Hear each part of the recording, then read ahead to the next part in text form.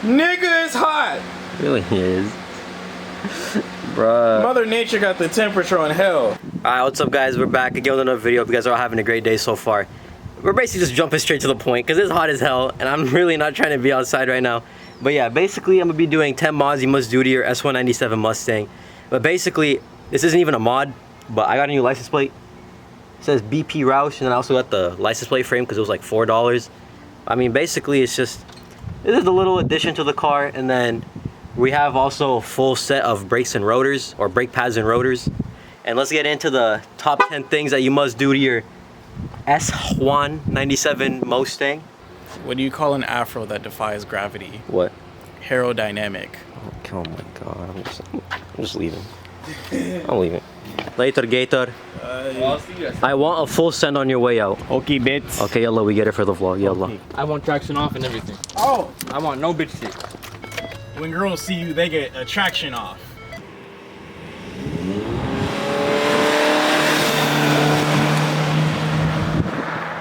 Man, that car's slow as hell. Alright, so the first mod I think anyone should do to their S197 Mustang is get a wing. Because I really think that like it, especially this wing, it brings it out like what, around like 3 inches. And it looks really nice. I don't know what this dude's doing, but it gives it a nice angle. And then also like, you know, it just gives it some style. And it's really not that expensive. You can also get the GT500 wing, California Special, etc. The list goes literally on and on. Alright, so the next mod that I think anyone should do is exhaust. This is a Roush Axleback, so I mean, I think it's loud enough, but I obviously want the car to be louder. Depending on these like Roush Axlebacks, they're really expensive. They can roughly go from like, I think $500. A lot of people I have seen get Borla or Corsas, and they kind of just weld them on there.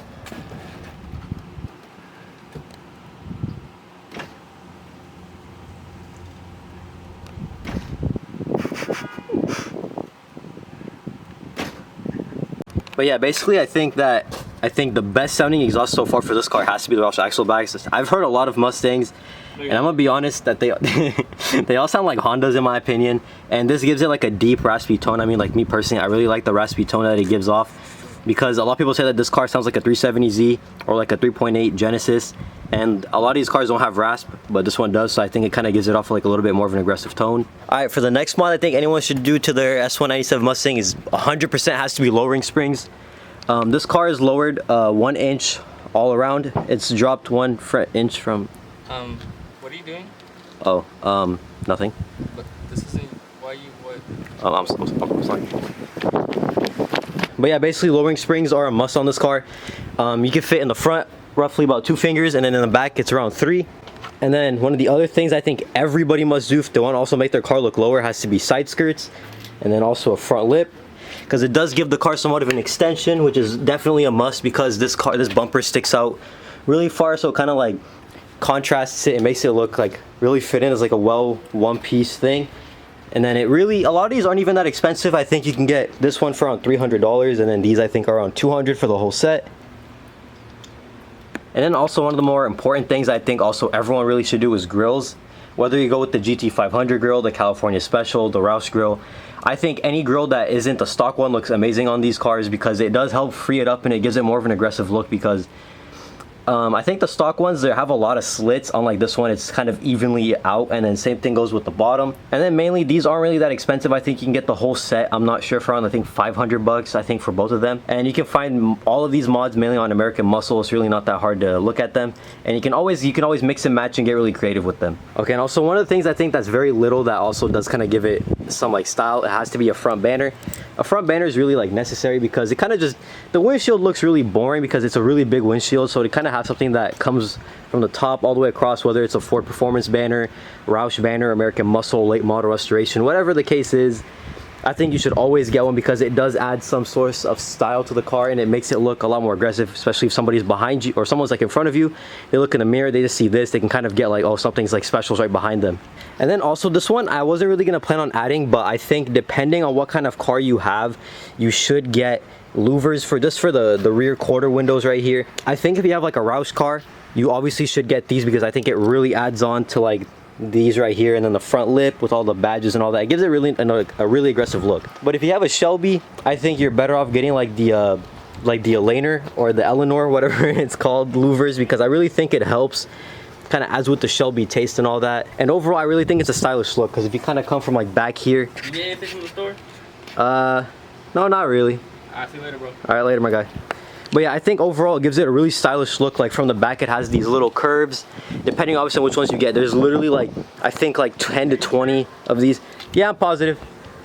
Okay. All right, later.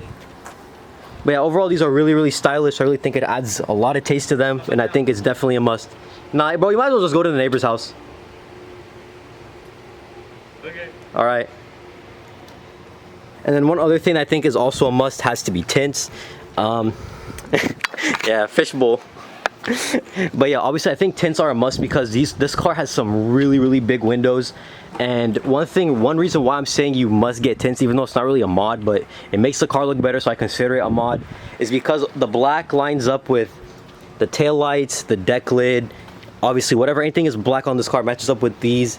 It goes with the side skirts, the little decal that I have right here. It also matches with this right here from the Roush little decal thingy. It also matches with the banner, and then it matches with the front lip, and soon it will match what's gonna happen right there.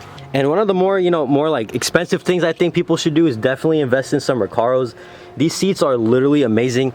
I've sat in a couple of the stock seats, but compared these to the S550 seats, these are actually really amazing. They hug you in really well.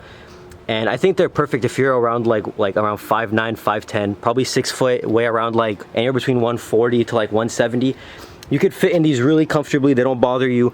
Obviously, if you're driving a lot, you will get some back pain because it's an aggressive seat. There's no headrest, as you can see. And then I also got them on the passenger side as well. Most people kind of just buy one because the passenger isn't going to be racing the car or doing anything with it. So you might as well just get this one just for the driver. By far, the most anticipated thing that I think everyone should do, especially if you have a V6 Mustang, you should most definitely get some Shelby badges right on here. The only reason I don't have mine is because mine fell off when I hit a crowd when I was leaving Cars and Coffee a couple weeks ago.